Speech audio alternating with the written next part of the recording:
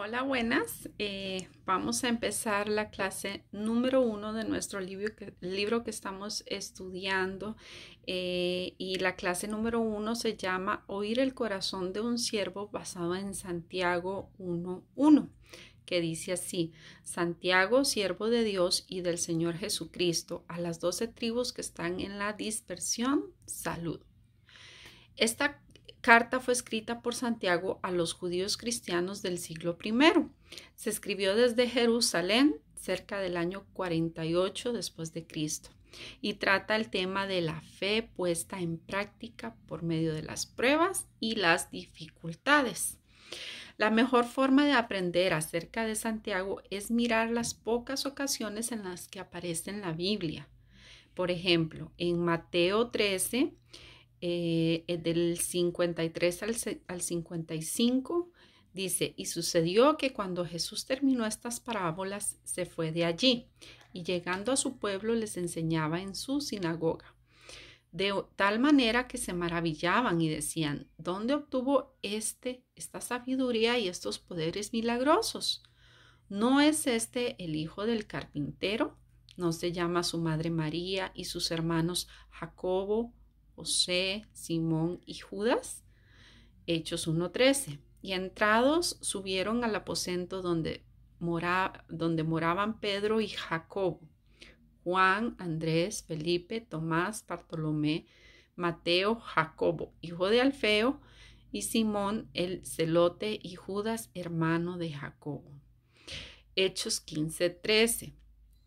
Y cuando ellos callaron, Jacobo respondió diciendo: varones, hermanos, oídme. Primera de Corintios 15, del 3 al 7. Porque primeramente os he enseñado lo que asimismo recibí, que Cristo murió por nuestros pecados conforme a las Escrituras, y que fue sepultado y que resucitó al tercer día conforme a las Escrituras, y que apareció a Cefas y después a los 12. Después apareció a más de 500 hermanos a la vez, de los cuales muchos viven aún y otros ya duermen.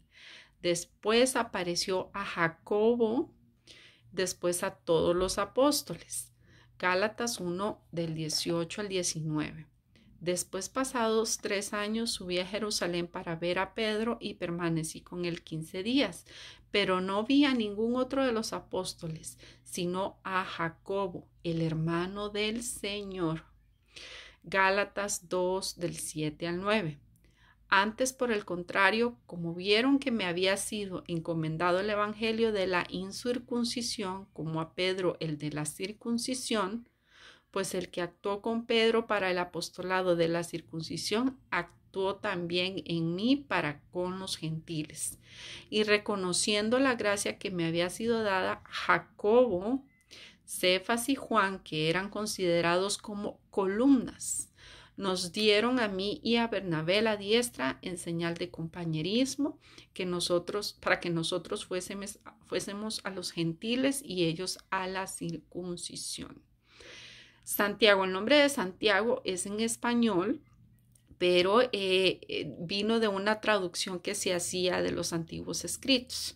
Como vemos, son pocos los versículos en los que él fue mencionado, pero sabemos que es que es hermano de Jesús, medio hermano de Jesús. También sabemos que fue un pilar en la iglesia. Y sabemos también que se le encomendó esta carta que es la que vamos a empezar a estudiar en las próximas semanas. Entonces, Santiago, en el principio de su carta, se autodenomina un siervo o esclavo de Dios y del Señor Jesucristo. En lugar de mencionar nombres importantes o de jactarse de su parentesco con Jesús, Santiago decide referirse a sí mismo como siervo. Él utiliza referirse a las 12 tribus para incluir a todos los cristianos judíos fuera de Palestina. Utiliza la palabra salud.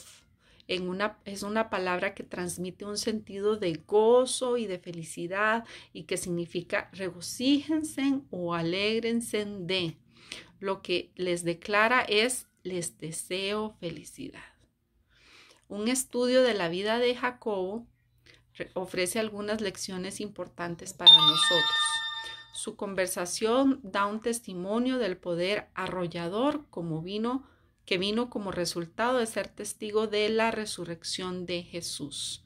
Jacobo pasó de ser un escéptico a ser un líder de las iglesias basado en su encuentro con el Cristo resucitado.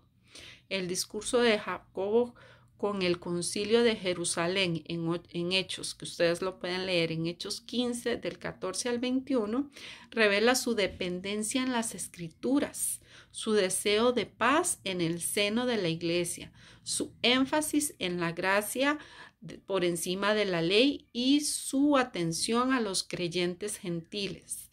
Aunque él mismo prácticamente solo a los judíos, ministró solamente a los judíos cristianos. También vale la pena mencionar la humildad de Jacobo. Nunca usa su posición de familiar de sangre de Jesús como una base para la autoridad. Más bien, Jacobo se representa a sí mismo como un siervo de Jesús, nada más. En definitiva, Jacobo era un líder misericordioso a través del cual la iglesia fue ricamente bendecida. Y esto es lo que esperamos con esta clases que vamos a empezar. Esta fue la introducción sobre el la primera clase del libro. Ya la próxima vamos a ir yendo a fondo a los demás versículos de los que nos va a enseñar Santiago sobre nuestra vida cristiana, y espero estén atentos porque va a tocar puntos y cosas muy íntimas, puede tocar susceptibilidades, pero recordemos que el Espíritu Santo honda en nosotros y nos hace saber lo malo que tenemos para irlo corrigiendo, para sacarlo de nuestras vidas. Ese es el objetivo que vamos a estudiar, Santiago, que vamos a aprender. Estemos expectativas a lo que el Señor nos va a hablar, nos va a enseñar, para que podamos aplicarlos en nuestras vidas. Dios les bendiga y les vemos en la próxima clase.